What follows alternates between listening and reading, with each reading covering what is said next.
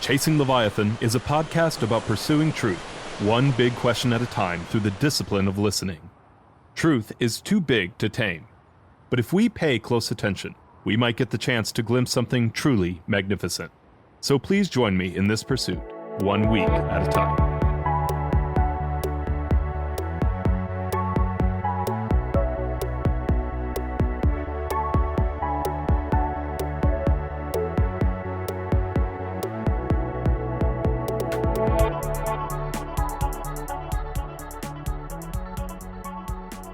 Hello, and welcome to Chasing Leviathan. I'm your host, PJ Weary, and I'm here today with Dr. Stanley Hauerwas, the Gilbert T. Rowe Professor Emeritus of Divinity and Law at Duke, and we're talking about his book, Living Gently in a Violent World, The Prophetic Witness of Weakness. Dr. Hauerwas, it's wonderful to have you on today. It's lovely to be with you. Dr. Hauerwas, why this book? Why do we need a prophetic witness of weakness? I was a little worried about that theme per se, because weakness can be an extraordinarily manipulative position to assume, in which you get someone to do what they otherwise wouldn't want to do because you play weak. But the weakness is, however, referring to people that are mentally handicapped, who represent a affirmative way of life in a world that's very difficult. And so weakness is really a word for nonviolence. It's how to live in a violent world nonviolently, in a way that provides alternatives that otherwise wouldn't be present. I can't remember how we came up with the title. The book was and is a result of a colloquium at the University of Aberdeen in Scotland.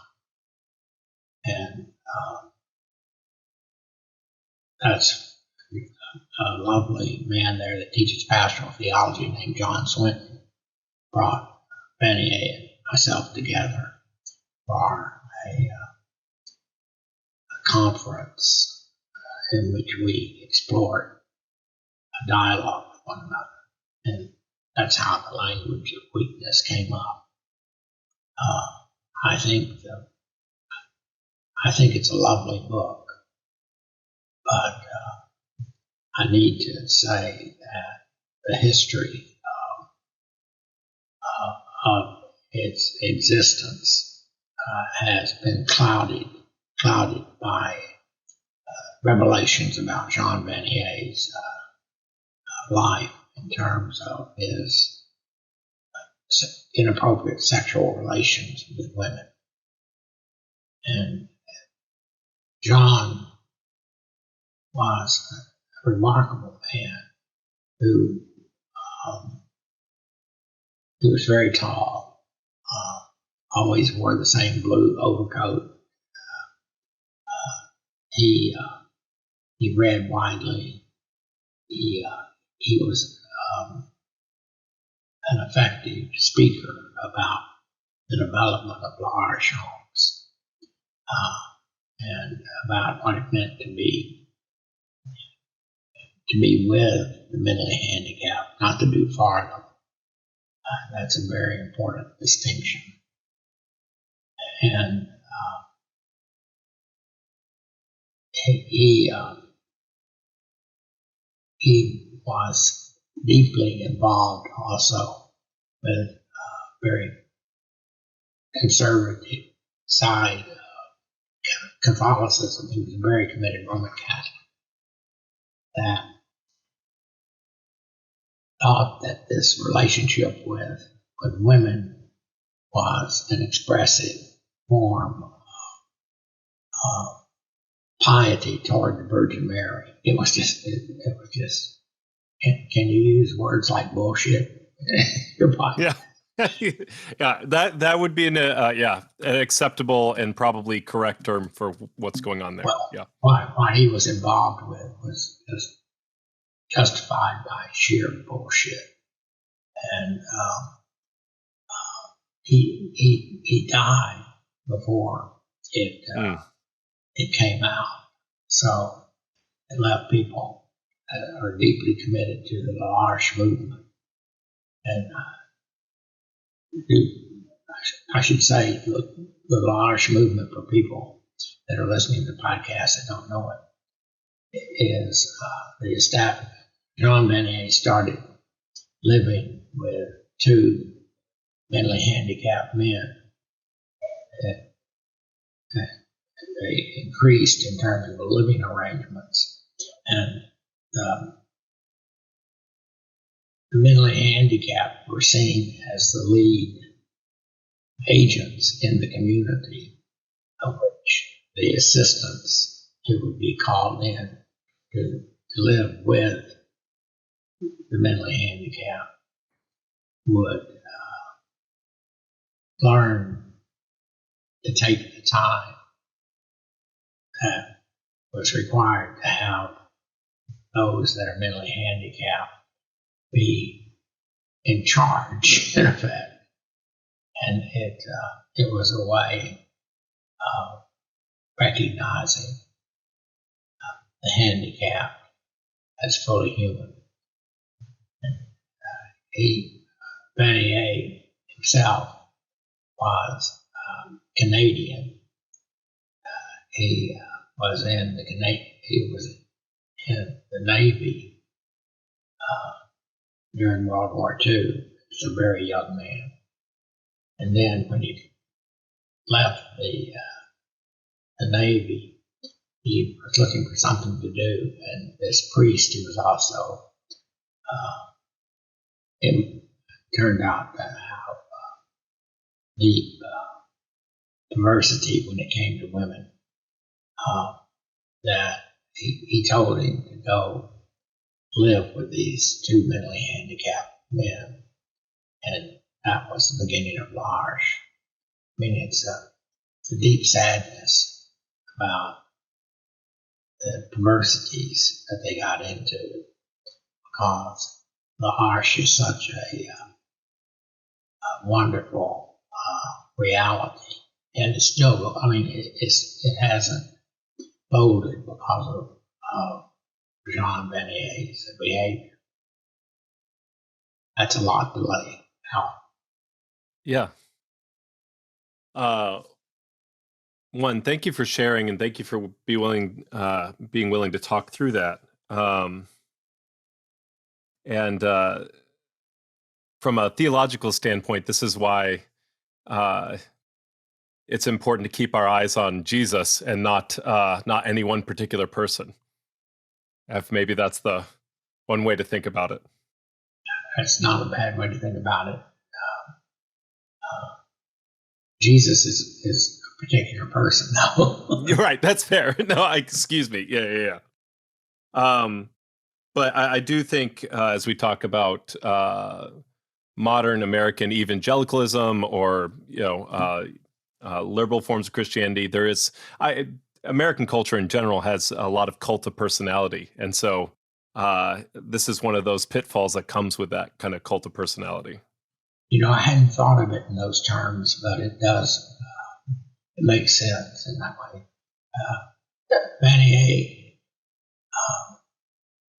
is well known in America, but his focus, his main headquarters was in France, and because he was a French-speaking Canadian, and therefore France kind of when he left the Navy, he did a PhD in France on Aristotle. I mean, he was an academic. Yeah. I wanted, if you don't mind me asking you a little bit about the book. When we talk about America, the Western culture in general, and how do we get time wrong? And how does that affect our relationship with those who are marginalized in our society? We get time wrong primarily because it's a form of speed in America. And, and you got, it's speedy because the assumption is you've got to make way for your place in the world, and you're in competition with who else is there wanting to have their place in the world. So you got to outrun one another. My way of putting it is I mean, the argument is against liberalism. There are many different forms of liberalism, but the way I put it is we live in a time when people think they should have no story except the story they chose when they had no story. They get to make up their lives. You should have no story except the story you chose when you had no story. That way of putting the matter, therefore, means that I need to get my story before you get your story, and that shapes time insofar as I have to get there before you get there, which is a form of time.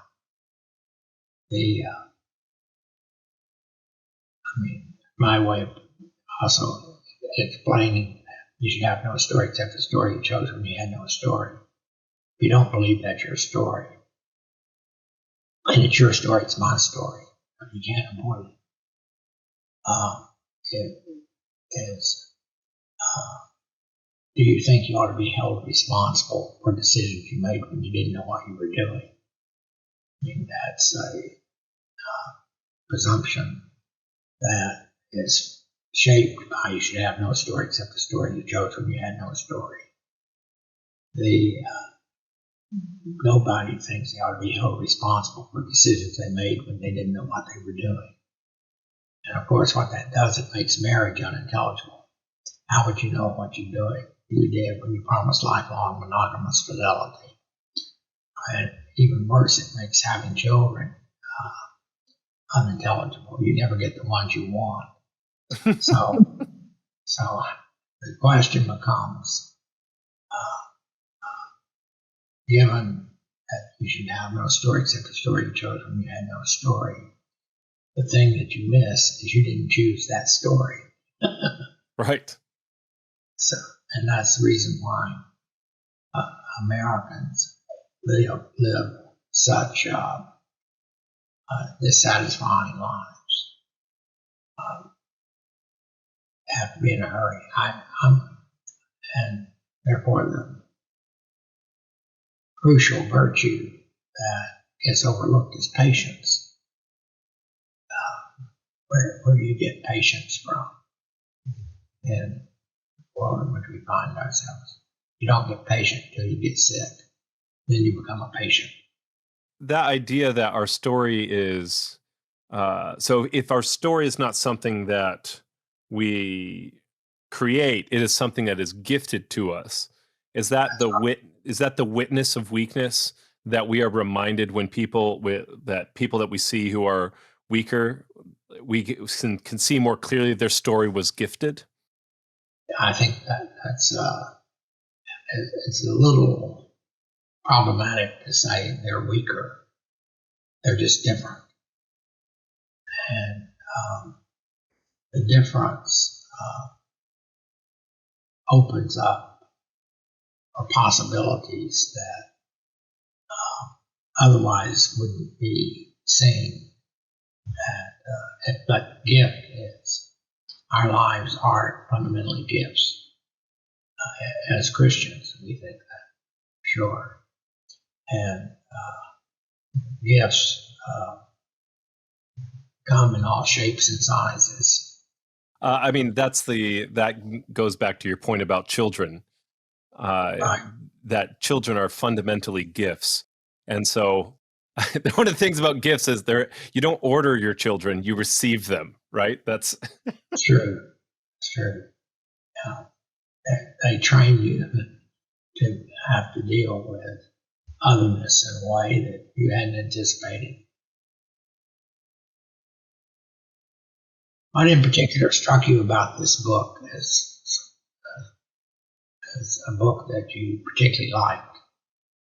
uh, so I personally, we went from 2 kids to 5 kids in the last year. Wow. So we had a baby, and then 4 months later, distantly, 2 kids who are distantly related. We took them on as foster kids, and we're going to adopt them soon.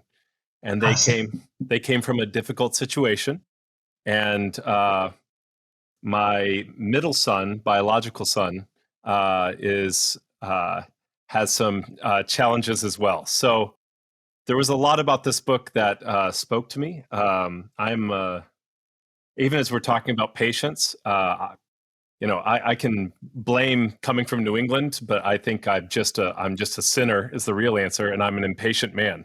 And so I constantly want things to be fixed. And when you are dealing with children who have come to you from a difficult situation, when you are dealing with atypical neural, neurally atypical children, it is very it's a Uh-huh. challenge, and it demands patience, and uh, and it's really easy to think of myself as taking care of them, but to really stop and look at it and say that they are a witness to me and that God is using them in my life. Um, I needed to hear that. Um, how did you think the different chapters interacted in terms of John's reflections and in relationship to mine? I thought there's a certain sense that Vanier is more profound than anything I had to say. I appreciated the theoretical, though. His stuff was drawn much more from his real life examples. Though I did one of your examples I really enjoyed, and thinking a lot about with our society is the snowstorm example, and the the shovels and all that, and the way that we I so uh, but I'll be honest, when I read there's a part in the book where it talks about a husband taking care of his wife who has Alzheimer's, and my grandmother had Alzheimer's before she passed very badly, and my other grandmother has really bad dementia.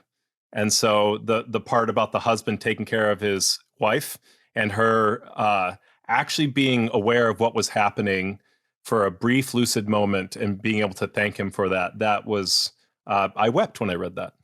Uh, just biographically, I was married for a number of years to a lady that was bipolar. Mm. So there's nothing I haven't seen. Mm. And she finally left. Mm. I had nothing left. But so that story is partly reflecting my own life. How did that shape your spiritual journey, if you don't mind my asking? I don't like the language of spiritual journey. All right. I just try to muddle through. Journey makes it sound too pristine, like you have tickets on a train or something. Is that the problem? Right. But muddling through means I I rely on other people a great deal. Mm. That's the reason why friendship is so crucial to living a life that somehow reflects the fact that we worship a Savior who was crucified. So I learned much from the kind of situation I found myself in, because if I didn't learn something, I'd be destroyed. You just if you're living with someone that's seriously mentally ill, the temptation is to say, "God damn it, just try harder, will yourself out of this." They can't, and you're stuck, and you've got to learn to be patient in a way that the person you're with isn't demonized. I might mention something you might enjoy. I have a memoir called Hannah's Child that I suspect getting to have some sense of who you are, you would enjoy reading. Thank you. I appreciate it. I'll definitely take. I had seen it in your list of publications. I will definitely take a look at that. Is there a list of my publications? Apparently, it's not complete because I thought this book was your last one. So whatever I Googled was not correct. But if you go on Amazon, you can find a lot of your publications together. Do you mind if I ask, is there any, when you talk about patience there, how does the word endure or endurance fit into that? Patience. That's a very good question. Patience, I would think, is the formations of habits that makes endurance possible. You don't go out and try to endure. You discover you are enduring through someone telling you you are. So it's not something you try real hard to endure. You discover you are enduring.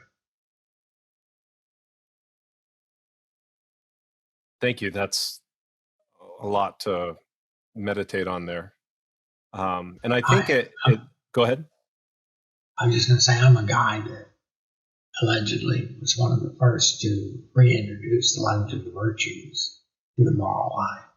So that's what I was drawing on for that. And I think it kind of gives a little bit of an answer, but I did want to tease out a little bit more.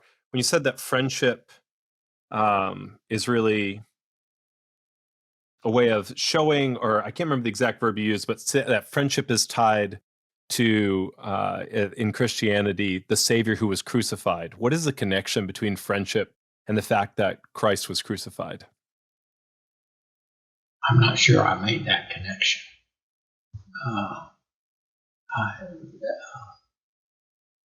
But Christians should be people with a real genius for friendship, because we refuse to let our brothers or sisters' sin shape our full relationships with them over time.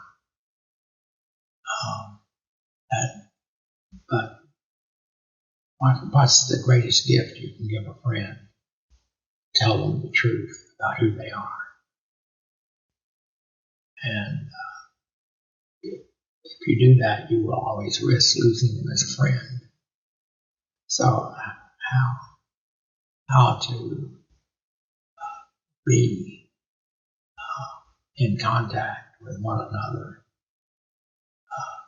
through which we have to acknowledge the truth about who we are in the light of Christ and what it means to care for one another in that light. What kind of Christian are you? Presbyterian. Oh, that's awful.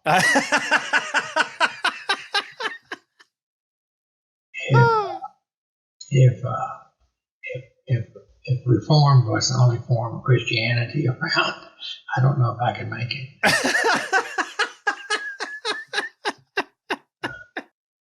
Oh man. Well, I'm grateful that we can still be brothers in Christ with the differences. I'm okay with that. I kind of stumbled into it, to be honest, but that's all right. Well, the Reformed will sometimes take Jesus seriously, but they have all that language about sovereignty, and they are sovereign and you are not. Speaking of which, I'm actually another reason, and it's, I don't know, it seems to say providential, but now I feel horribly Presbyterian. I read this book, and I'm actually getting ready to preach for the first time in a long time, and I'm preaching on the Sabbath. And so many of the insights here are, one, making it into my sermon, but as you think about... is that this Sunday, Easter? No, the Sunday after Easter. I got 2 weeks, so. But as I think about Sabbath, and I think as you've written about time, what are some insights that you can give about Sabbath, and how does American culture treat Sabbath? Read Heschel's book, Sabbath. He is a great Jewish thinker who understands that Shabbat is God's gift to humankind, but particularly to the Jews, to give them the time to become God's people. And therefore,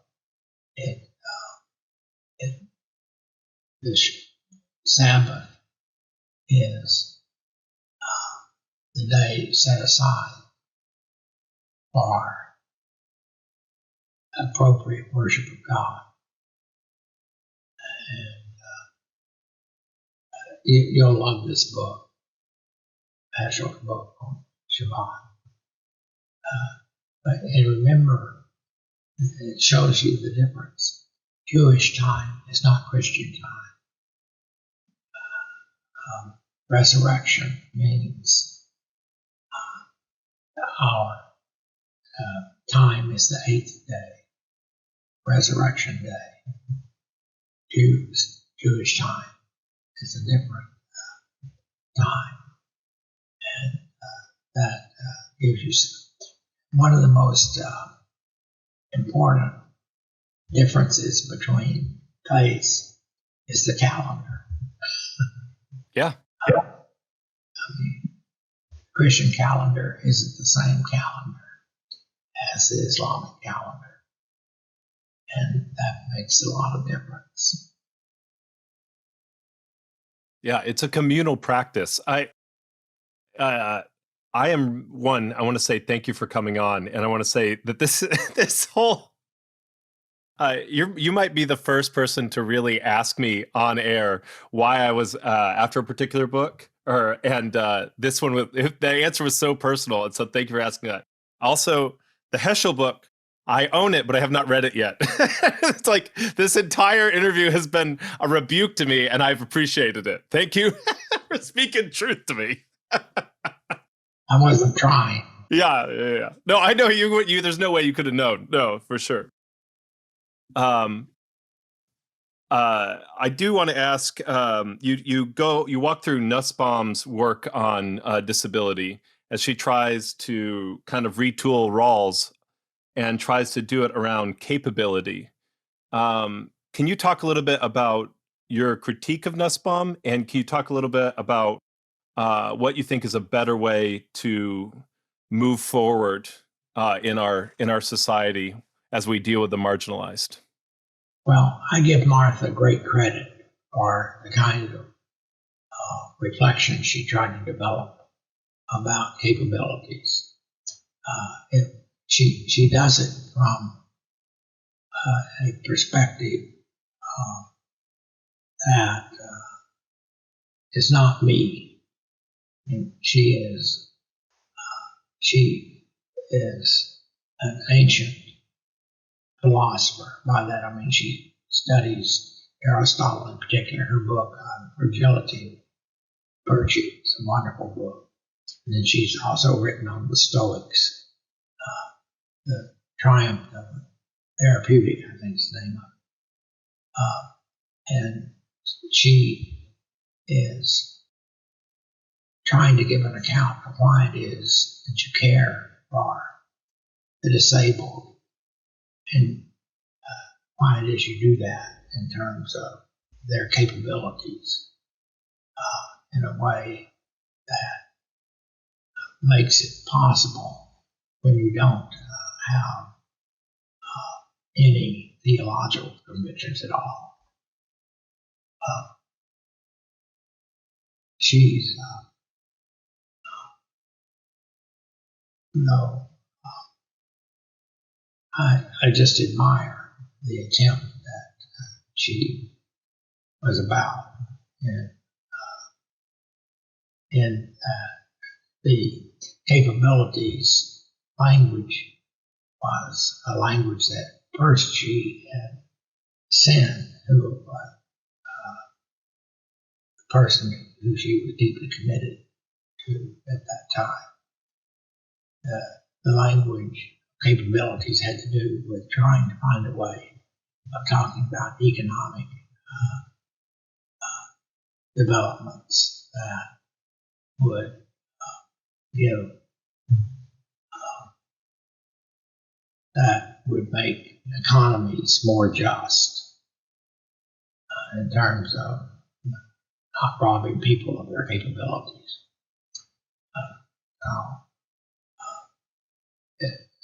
I have good try, Martha, but not a cigar. Yeah, your admiration does come across in your writing, and it's clear that you believe in her sincerity. And I believe your answer was that we need to see it more as a gift. As we think more about ourselves as gifts and humanity, like each individual person as a gift,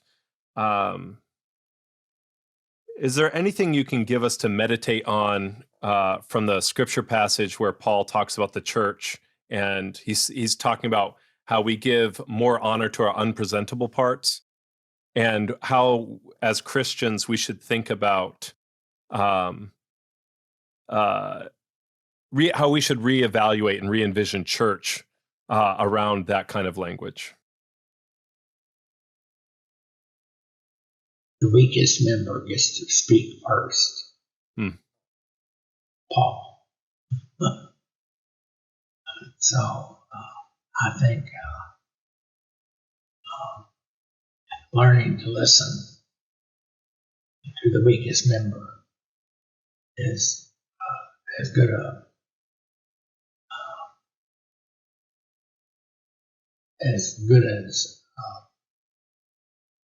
way forward as I know. I don't trust our trying to will be good to one another. Yeah, even your response about the weak get to speak first. I apologize. I was looking for it. I cannot remember his name, but there was you talked about your own experience in the church where you waited for someone who was, I believe, hard of hearing and mentally handicapped. Gary. That's right. Yeah, waiting for him to start communion, correct? Right. That's right. With his mother.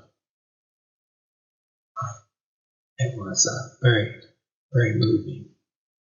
He ultimately left Broadway Methodist where we were in South Bend, and because he wanted to play the handbells.